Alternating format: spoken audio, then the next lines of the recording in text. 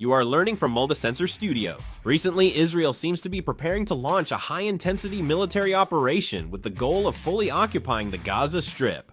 At the same time, they are also putting pressure on Hezbollah, trying to reshape the situation in the Middle East to suit Israel's interests. Today, let's take a closer look at this issue. Israel has faced significant diplomatic difficulties due to pressure from Europe. But recently, there was an incident that revived Israel: Hamas's self-destruction. Hamas released videos showing Israeli hostages so thin their ribs were visible, as well as Palestinian children suffering from malnutrition.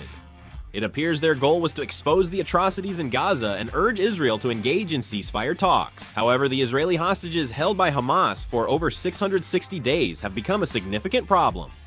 In the video, the hostage is seen digging the ground with a shovel inside a tunnel, saying, "I feel like this place will be my grave."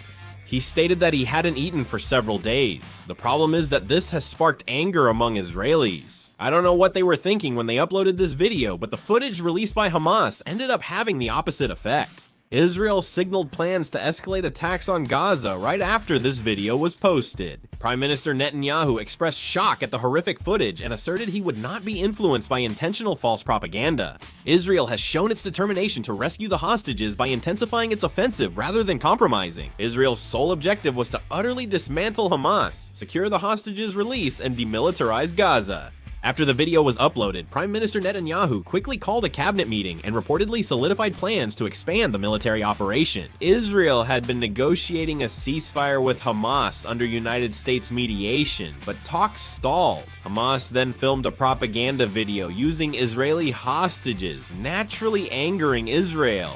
The negotiations were also at a standstill. Hamas has declared that they will not disarm until a Palestinian state is established. On August 2nd, Hamas stated in a declaration that they can only give up their arms when an independent and fully sovereign Palestinian state is established. Coincidentally, this statement was released at the same time that Steve Witkoff, President Trump's Middle East envoy, was visiting Israel and the Gaza Strip. Israel demands Hamas's disarmament and hostage release for a ceasefire agreement. However, Hamas refuses to disarm and is using the hostages for propaganda videos instead of releasing them. Israel appears to anticipate the collapse of the negotiations. It seems that the United States is also somewhat positive about the complete occupation of the Gaza Strip. President Trump avoided giving a direct answer on whether he supports Prime Minister Netanyahu's possible Gaza Strip occupation, stating it's Israel's decision to make. At a meeting with reporters on August 5th, President Trump said, "We know that we are currently trying to provide food to people, but I can't speak about other issues. That is up to Israel." In addition, there are increasing reports analyzing that while the United States had previously restrained Israel, now the United States no longer appears to be doing so. As a result, it seems likely that Israel's actions will intensify even further. Israel currently occupies 75% of the Gaza Strip. However, the big problem is that the Israeli military leadership appears to be opposed to the complete occupation of the Gaza Strip. The Israeli military has stated that at least 6 additional divisions would be needed to carry out a new large-scale ground operation in the Gaza Strip. As the war has lasted 2 years, there is growing skepticism within the military. Even if Gaza is fully occupied, concerns remain about the safety of the 20 hostages. Securing all infrastructure would take years, so occupying the entire Gaza Strip is opposed. Also, anti-war sentiment within Israel is reaching its peak. First of all, whenever the Israeli military carries out such large-scale operations, they call up reservists. Naturally, as reservists are called up, more and more people feel resistance to leaving their livelihoods behind and joining the military.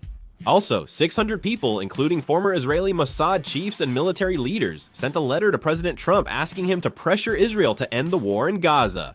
Current and former military personnel have criticized that while the war in Gaza started as a legitimate self-defense act, it has now lost its legitimacy and strategic justification.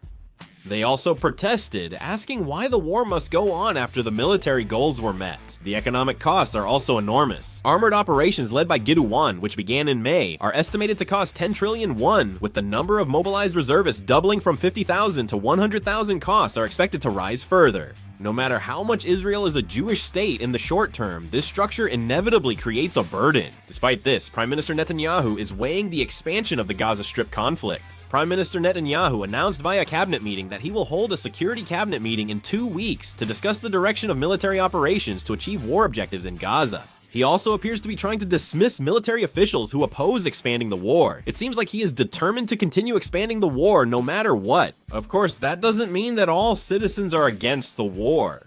According to a poll by the Israel Democracy Institute in late July, 70% of progressives, 32% of moderates, and only 6% of conservatives said they were personally concerned about the famine in Gaza. Among conservatives, who are Netanyahu's main supporters, public opinion still overwhelmingly backs the war. Therefore, Prime Minister Netanyahu can continue to run the government. As you all know, there is only one reason why Prime Minister Netanyahu is taking such an extreme stance on the war. It's to maintain his hold on power. For Netanyahu, the war is nothing more and nothing less than a tool for his political survival. Prime Minister Netanyahu has also initiated military operations during previous political crises to sway public opinion. Prime Minister Netanyahu now faces the most intense political storm of his career. Prime Minister Netanyahu recently fired Attorney General Gali Baharav Miara, who was overseeing his corruption investigation and prosecution. This decision isn't a simple personnel change, but an attempt by Netanyahu to cover up his own corruption charges. Prime Minister Netanyahu has been officially indicted on charges of breach of trust and bribery since 2020, and he is currently on trial.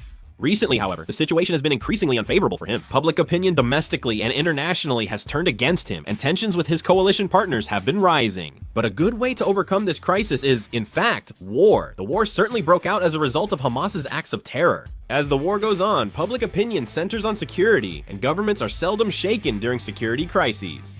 That's exactly what they were aiming for. Therefore, the prevailing assessment is that the current war is nothing more and nothing less than a means for Prime Minister Netanyahu to maintain his power.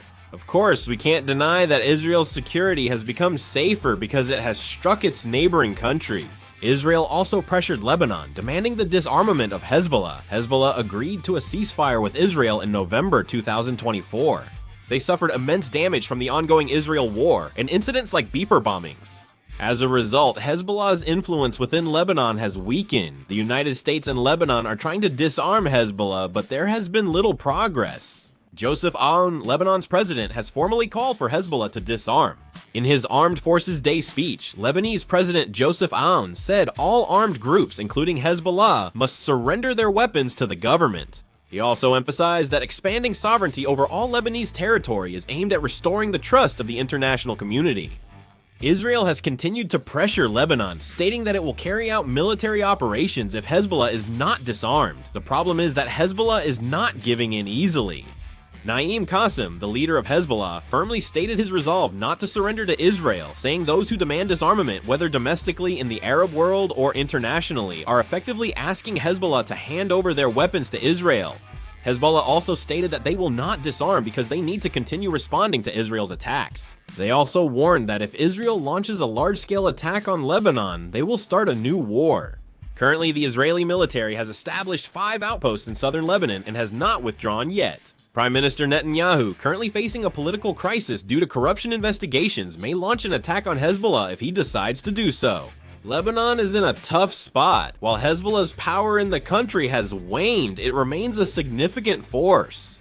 Hezbollah is under pressure, and if it continues, a civil war could erupt in Lebanon. However, if Hezbollah remains armed, an Israeli invasion seems likely. Lebanon is stuck in a difficult situation with limited options. The Middle East situation involving Israel, Hamas, and Hezbollah is highly unpredictable, making it impossible to anticipate future developments. Amid suspicions that the justification for war and the real intentions are different, we need to take a deeper look at the true nature of this conflict. We'll monitor the situation closely. I'll promptly create and share a video if there are further developments. What are your thoughts on Israel's current situation? Share in the comments. Thanks for watching.